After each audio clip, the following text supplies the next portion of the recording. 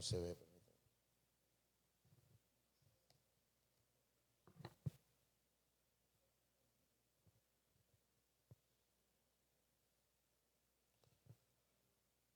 Oramos. Padre, en el nombre de Jesús, esta noche, Señor, agradecemos todo lo que estás haciendo por nosotros, con nosotros y a través de nosotros, Señor. Gracias. Esta noche queremos, Señor, presentarnos delante de tu presencia. Queremos agradecerte. Bendito sea tu nombre. Bendito sea tu nombre por siempre, por la eternidad, por los siglos de los siglos. Sea tu nombre exaltado y glorificado. Háblanos, confirma tu palabra, Señor, a nuestros corazones. Amén, amén, amén.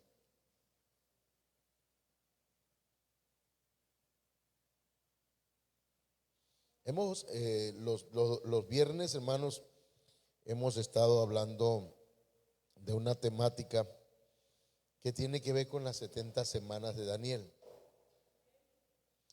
Las 70 semanas de Daniel,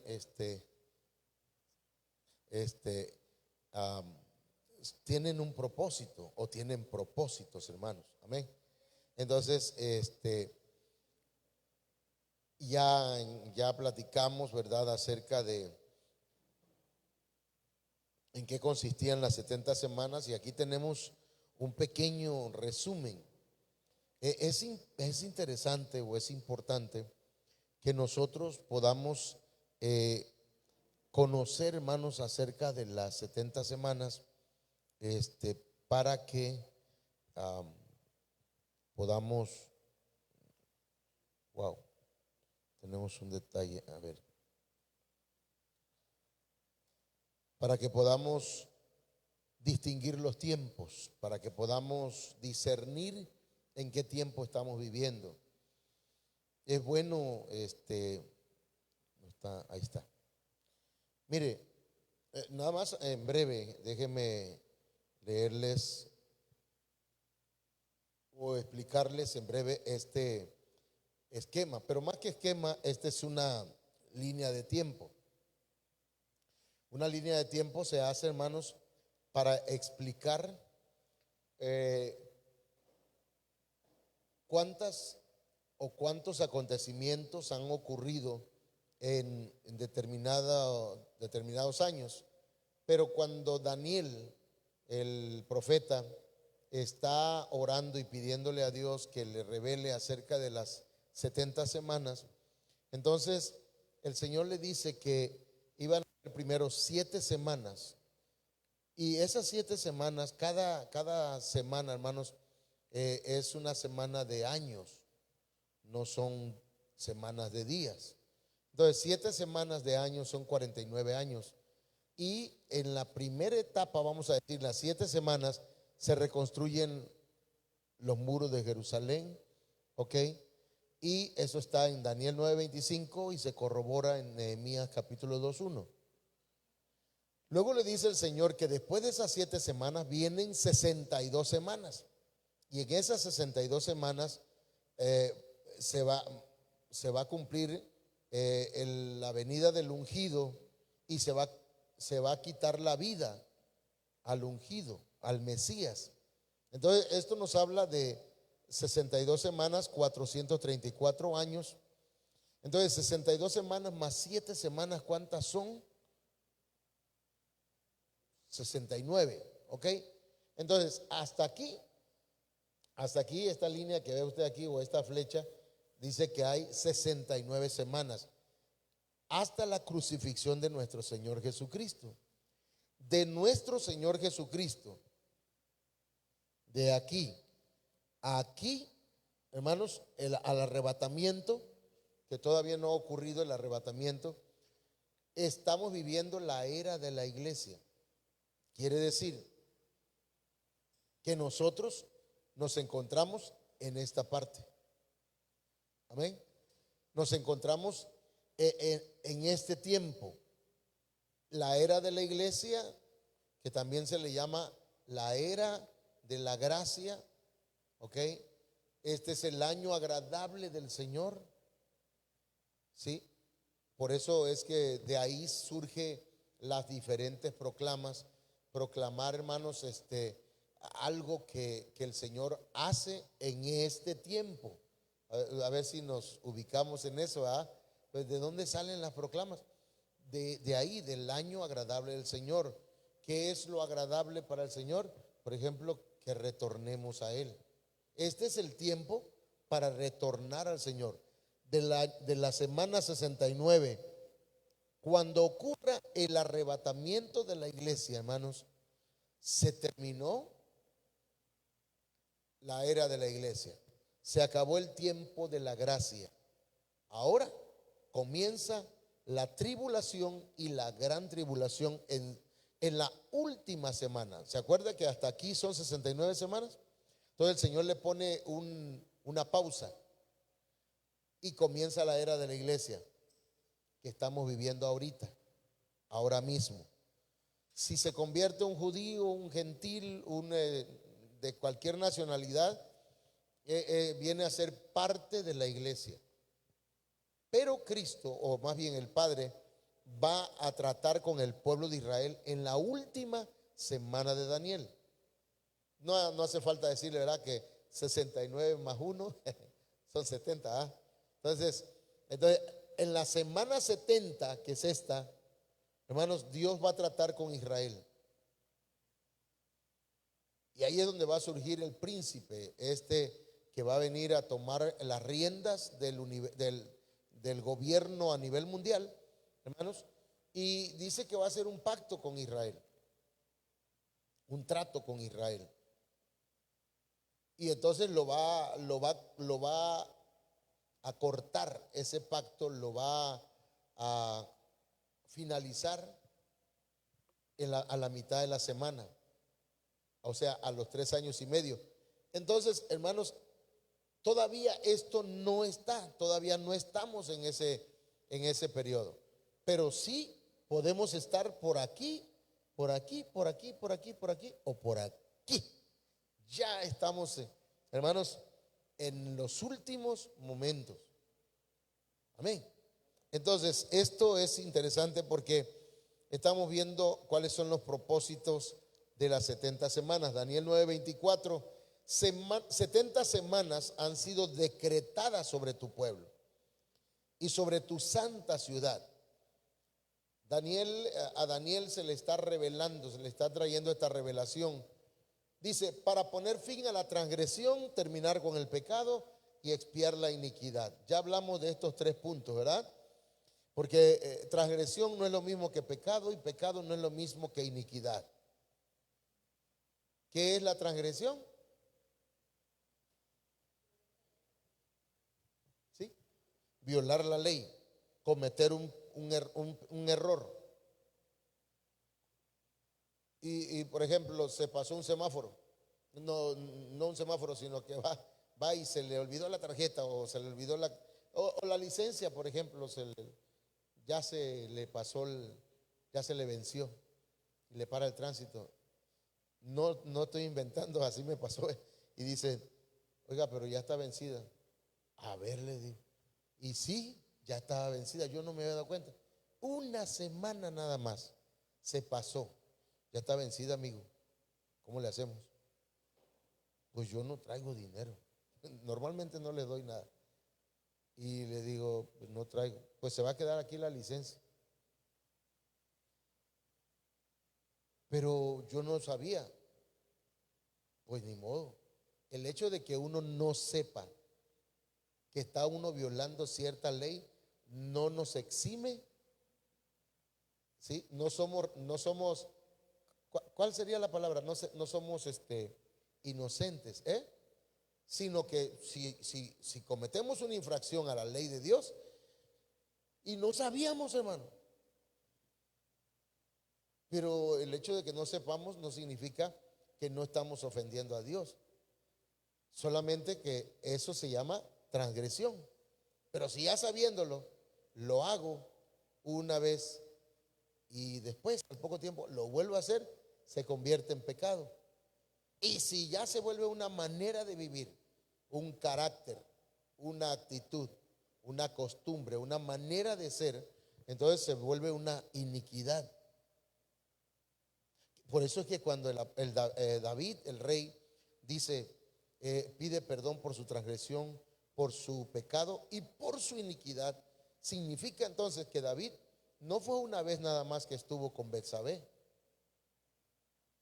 sino que se estaban viendo y otra vez, al fin de cuentas su marido estaba chambeando, ¿no? Estaba trabajando en el ejército precisamente de David.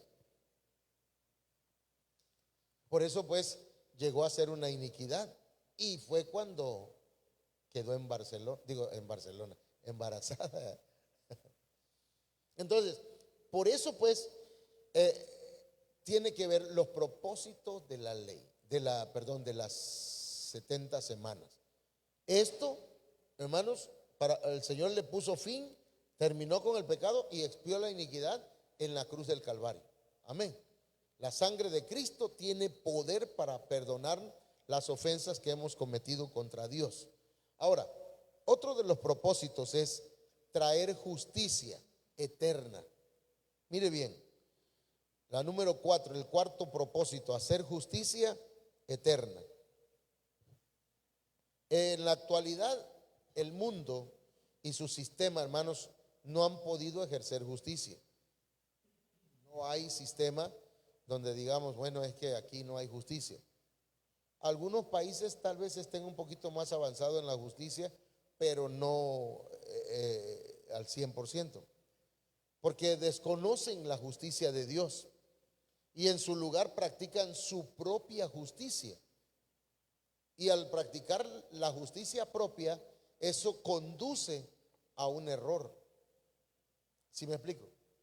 Una cosa es la justicia de Dios y otra cosa es la justicia de los hombres. La justicia de los hombres, por muy buena que sea, no le llega a la justicia de Dios. Romanos 10:3, porque ignorando la justicia de Dios, ¿qué dice ahí? Hay ignorancia en cuanto a la justicia de Dios y procurando establecer la suya propia, o sea, la justicia propia, no se han sujetado a la justicia de Dios. Entonces, hay mucha distancia entre la justicia de los hombres con la justicia de Dios. Pero Dios, por medio de su Hijo, nos ha traído su justicia. Amén. Por medio de su Hijo. La Biblia dice pues que nosotros, hermanos, estábamos enemistados con Dios. Como dice Romanos 5:1, justificados pues por la fe tenemos paz para con Dios. Pero dice justificados. En Cristo Jesús nosotros, hermanos, hemos cumplido con la justicia de Dios. Porque Dios exigía derramamiento de sangre por el pecado. Y Jesucristo derramó su sangre por nosotros. Eso significa, hermanos, que en Cristo Jesús nosotros hemos reconocido la justicia de Dios. ¿Estamos de acuerdo con eso? Entonces, la justificación, mire, Romanos 5:1 en la Biblia Las Américas dice, por tanto, habiendo sido justificados por la fe. ¿Por qué somos justificados, hermanos? La fe, la fe, la fe, la fe. Pero yo no lo merezco. Tal vez haya gente, ¿verdad?, que se acerque a usted, como hay gente que se acerca a mí, ¿no? Y le dice, ¿qué va a hacer? Que tú eres cristiano, ¿qué va a hacer? Y está llegando a la iglesia, sí. Pero no es por la fe de él que usted es justificado, es por la fe de usted. Amén. La fe nuestra es la que nos justifica, no la fe de otro.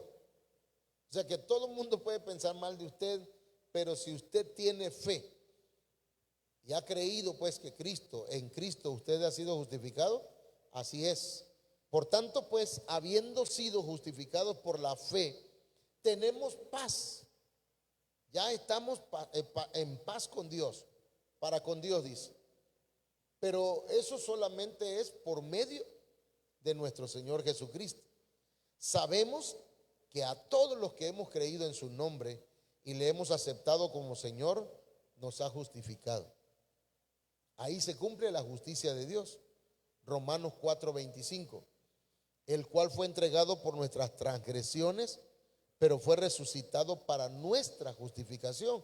Entonces, su muerte y su resurrección juntas nos justifican. Amén. Porque si nada más hubiera muerto y no hubiese resucitado,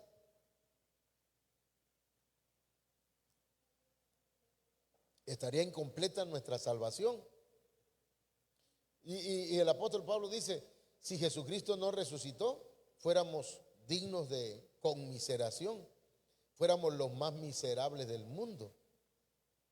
Pero Jesucristo, dice, resucitó de entre los muertos. Entonces, perdón, el reino de Dios, hermanos, es justicia.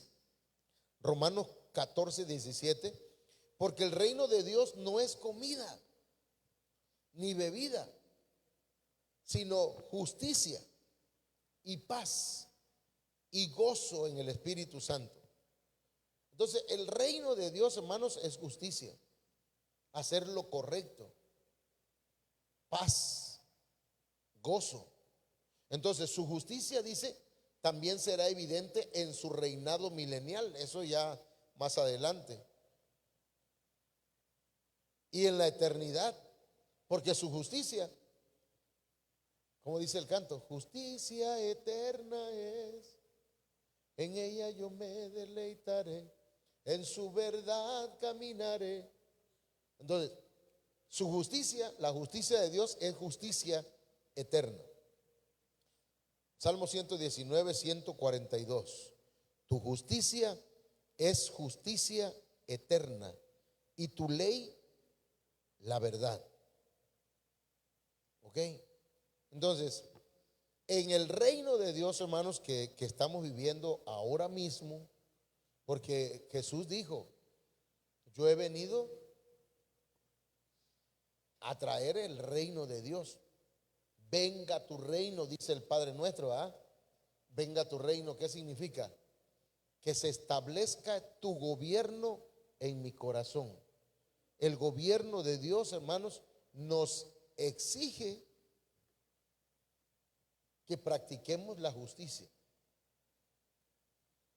¿Y qué es practicar la justicia, hermano? Ayúdeme ahí. ¿Cómo? Ser justos, hacer lo correcto,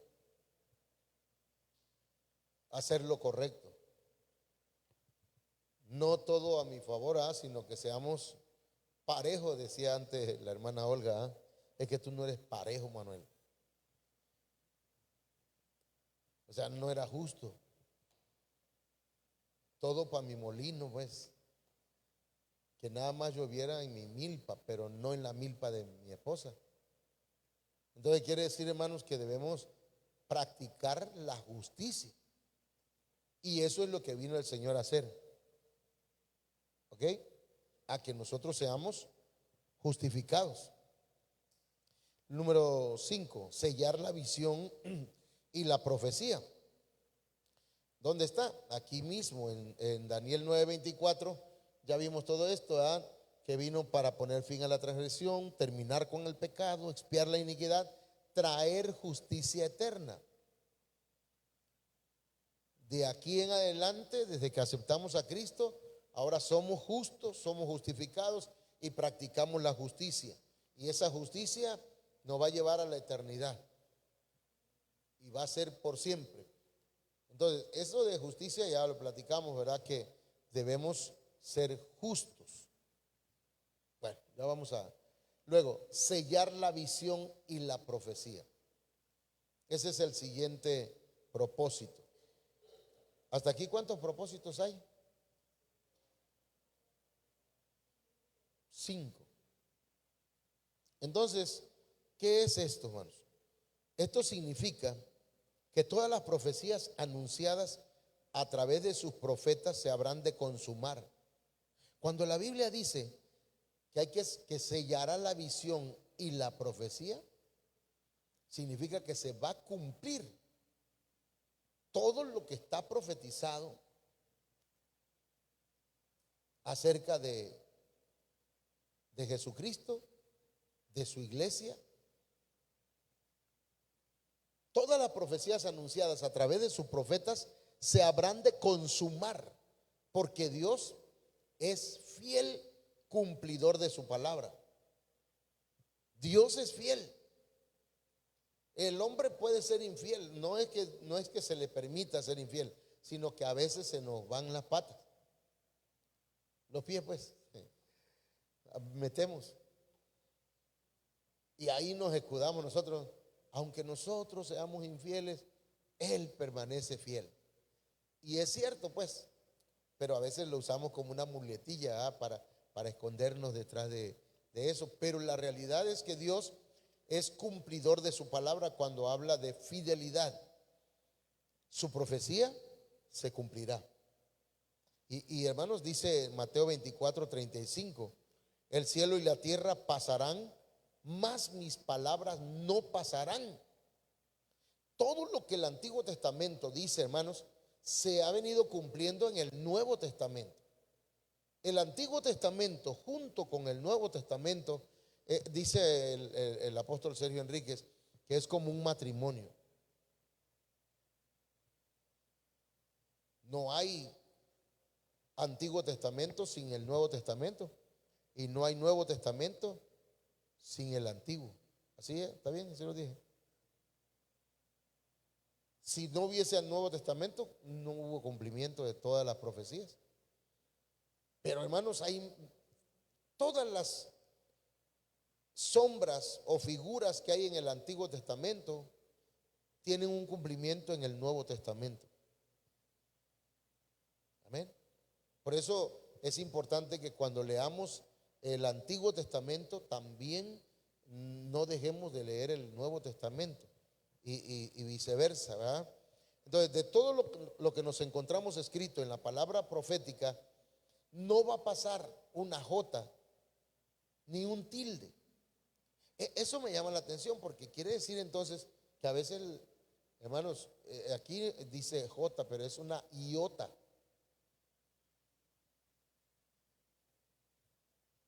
Y ni un tilde sin que tenga cumplimiento. Quiere decir entonces que hasta algunos, aunque en el original no hay punto ni coma, pero hermanos, por ejemplo, yo leo algunos versos que están en el Salmo y dice ahí, en algunos salmos dice, no recuerdo el texto, pero al final dice Sela. Y te queda, pero eso tiene un significado. Tiene un significado. En la Biblia hay acrósticos. Acrósticos. ¿Sí saben lo que es un acróstico? Sí. Pero que están hechos con el alefato hebreo. Bueno, no hay nada en la Biblia que no se vaya a cumplir, hermano. Entonces, segunda de Pedro 1:9 dice, tenemos también la palabra profética más segura, a la cual hacéis bien en estar atentos como a una antorcha que alumbra en un lugar oscuro hasta que el día esclarezca y el lucero de la mañana salga en vuestros corazones. La palabra de Dios es la palabra profética más segura. Una profecía puede chanflear, dice el apóstol. Puede ser que una profecía venga por prejuicio, venga porque se le ocurrió al hermano o al pastor.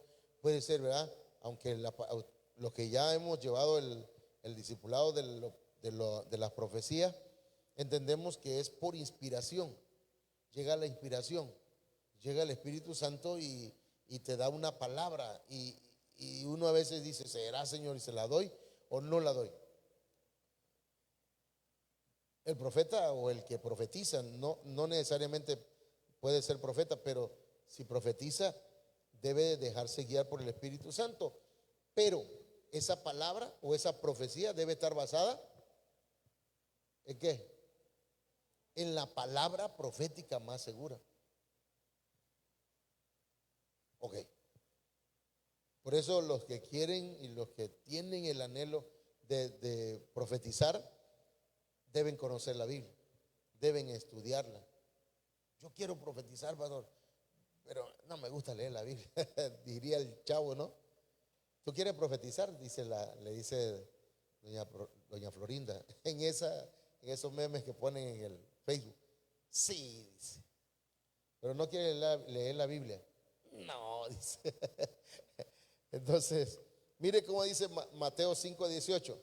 Porque de cierto os digo que hasta que pasen el cielo y la tierra, ni una jota ni un tilde pasará de la ley hasta que todo, hermanos, se haya cumplido.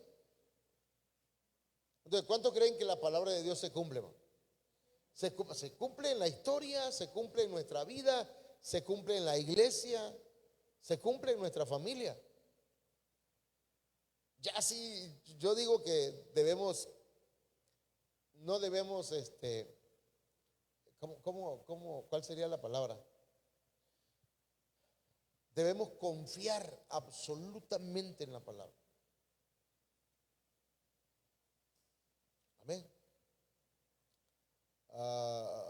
Voy a poner un ejemplo ahorita, aprovechando que está el hermano Alexis, ¿no?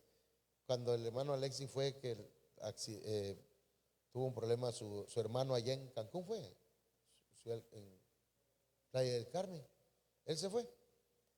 Y entonces llega el hermano Rubén, llegó afligido con la hermana, no sé con quién venía, creo que con tu esposa, y me dice, pastor, es que fíjese que hay un problema, no dejan salir al hermano Alexis allá, y son hombres malos, pues, hombres que los pueden matar, están afuera del hospital. Y le digo, vamos a orar, pero vamos a confiar, hermano, porque el Señor ha dado palabra para él, que lo va a bendecir, lo va a prosperar. Así que, ¿qué le pueden hacer? Si ya Dios dio una palabra para uno, nadie puede detener esa palabra. ¿Usted lo cree? Dios dijo que va a bendecir mi familia, amén. Pero vienen lucha, vienen problemas, Señor, ¿y por qué? Si tú dijiste que me ibas a bendecir. Sí, pues, pero vamos a ser probados. Entonces, estas palabras son fieles, hermanos, son verdaderas. Este último evento se cumplirá al finalizar las 70 semanas, cuando se inaugure el reino milenial. Entonces el Señor ungirá el lugar santísimo para habitar y gobernar entre su pueblo. Entonces, Él va a traer justicia eterna, se va a sellar la visión y la profecía. Toda la palabra de Dios se va a cumplir. Amén. Todo se va a cumplir. Entonces, sí, va a llegar a su consumación. ¿Sí? Y el último dice que es para ungir el lugar santo. Entonces, esto ya nos habla del reino milenial o milenario. Ezequiel 43, 5, 6 y 7 dice, y el Espíritu me levantó y me llevó al atrio interior, y aquí la gloria del Señor llenó el templo. Y oí a uno que me hablaba desde el templo mientras el hombre estaba de pie junto a mí. Y me dijo, hijo de hombre, este es el lugar de mi trono, el lugar de las plantas de mis pies, donde habitaré entre los hijos de Israel para siempre. Y la casa de Israel no volverá a profanar mi santo nombre, ni ellos ni sus reyes con sus prostituciones y con los cadáveres de sus reyes cuando mueran. ¿Ok? Entonces, hay una promesa sobre el pueblo de Israel. Ya en la palabra pues está descrito que la gloria de Dios llenará el templo. Así como cuando estaba representada en el arca del pacto, ¿se acuerdan? Con la diferencia que Dios mismo va a habitar en el lugar santísimo. Entonces, esto es, hermanos, para en el reino milenial. Primera de Reyes 8:6. Y los sacerdotes metieron el arca del pacto de Jehová en su lugar en el santuario de la casa, en el lugar santísimo, debajo de las alas de los querubines. Entonces, este es el texto, pues, al cual hace referencia anteriormente. O sea, esto. La gloria de Dios va a llenar el templo, como lo hacía en el Antiguo Testamento.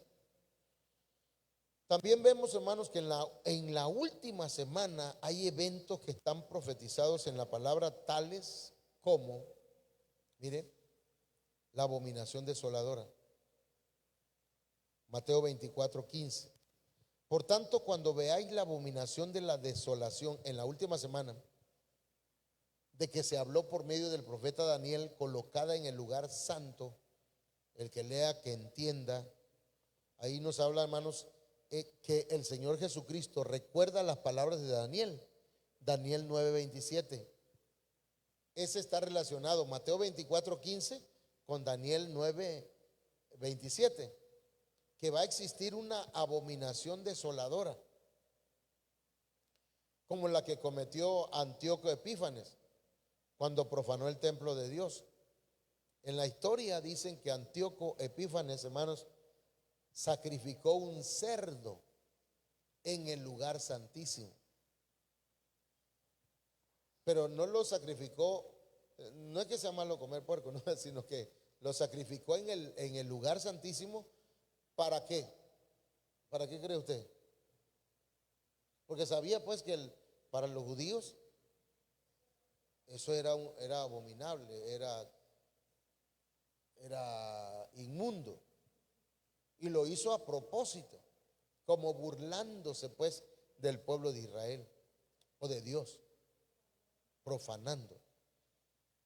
Sin embargo, este evento dice que va a volver a suceder en la época del gobierno del anticristo. ¿Por qué, hermanos? Ya les comentaba que las profecías tienen la particularidad o la característica que tienen cumplimiento a corto plazo, a mediano plazo y a largo plazo. ¿Sí? Cuando el Señor dijo que iba a surgir un príncipe, se refería, hacía ese tipo de, esa profecía. En el año 70 después de Cristo vino el general Tito, o ¿cómo se llamaban? ¿Cómo se le llamaban a los de Roma? No eran césares,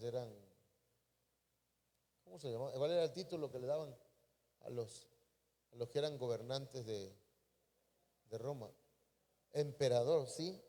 El emperador Tito vino y buscando el oro del templo, dice que fue piedra por piedra, quitándola una por una.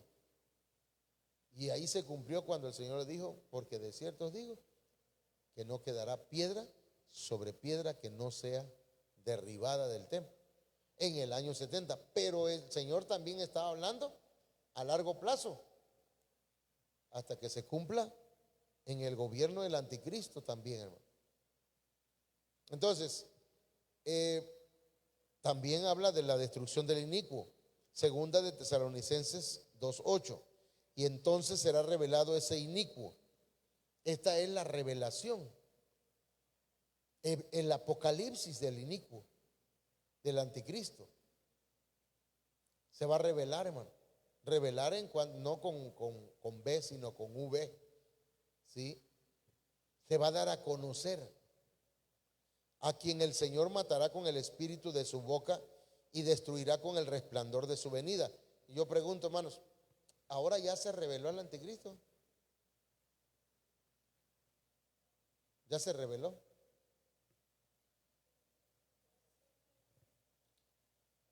Ahora está el espíritu del anticristo.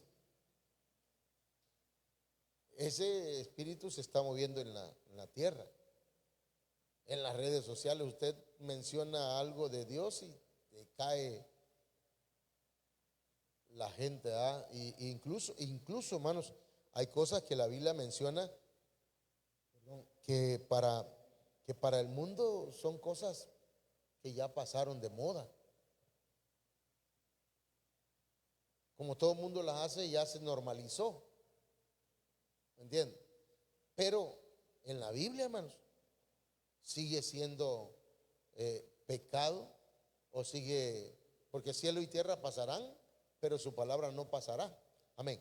Bueno, entonces el Señor destruirá al inicuo con el resplandor de su venida y destruirá a los que se le oponen con la espada de su boca, la cual es su palabra. Eso está en Apocalipsis 19:21.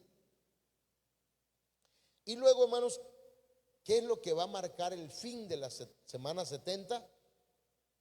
La segunda venida del Señor. Pero el arrebatamiento, ¿qué es entonces, hermanos?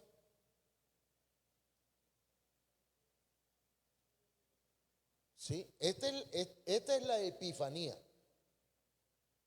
Epifanía donde todo ojo le verá. Y la parucía, no es parucía, parucía es, ¿qué cosa es? La venida secreta, donde dice, seguid la paz con todos y la santidad, sin la cual nadie verá al Señor. Ahí, el que no esté en santidad y no esté en paz con los demás, no va a ver al Señor. Pero aquí sí le van a ver, y más, aquí dice que le verán hasta los que le traspasaron. Daniel 2:35, entonces fueron desmenuzados todos a la vez, el hierro, el barro, el bronce y la plata y el oro. Aquí está hablando de la imagen que vio Nabucodonosor. Quedaron como el tamo de las eras en verano, y el viento se los llevó sin que quedara rastro alguno de ellos. Esos son los imperios, hermano. ¿El imperio qué? Griego, babilónico, luego medo-persa, griego, romano. El romano, hermanos, dice que va a estar mezclado con, ¿cómo se llama? Con hierro y barro. Y se dice que el barro representa a Israel. Entonces, no va a quedar rastro alguno de esos imperios. El imperio que va a reinar va a ser el imperio de Jesucristo, el reino del Señor. Y la piedra que había golpeado la estatua, ahí está la piedra, es Jesucristo. Se convirtió en un gran monte que llenó toda la tierra. Amén. Entonces, en la visión de Nabucodonosor, hermanos, se profetizó que vendrá una piedra a destruir la estatua conformada de diversos materiales. Esto representa la finalización del gobierno gentil. Después de este evento se va a inaugurar el gobierno, el periodo milenial. ¿Cuántos quieren estar ahí, hermano?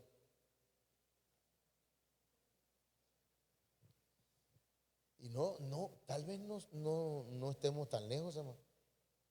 Porque si el Señor viene hoy termina la semana 69 y comienza la tribulación y la gran tribulación. Y usted pues, no, ninguno de ustedes, pero alguien buscará, hey, no ha mandado mensaje el pastor, ¿será que ya no va a haber culto, pues? ¿Será que no va a haber ayuno, pues, hoy? Imagínense que viniera el Señor hoy, pero si vamos a ayunar. Y por las noticias usted escucha, como antes, ¿verdad? Que ponían había un video, un audio. Ese estaba tremendo, porque era un audio que hablaba cómo miles de cristianos habían desaparecido de la faz de la tierra. Jóvenes y hombres y mujeres llorando porque no encontraban su familiar. ¿Qué será que va a pasar, hermano? La verdad, ahí hay un misterio, pues. Por eso dice la Biblia, he aquí os digo un misterio. Bueno, el mundo mira hacia el futuro con incertidumbre y aún, hermanos, con terror. ¿Saben ustedes que hay un reloj? Estaba escuchando el mensaje de mi apóstol y decía que los científicos dicen que ya solamente faltan, no sé si 80 y tantos segundos para que finalice ¿cómo se llama?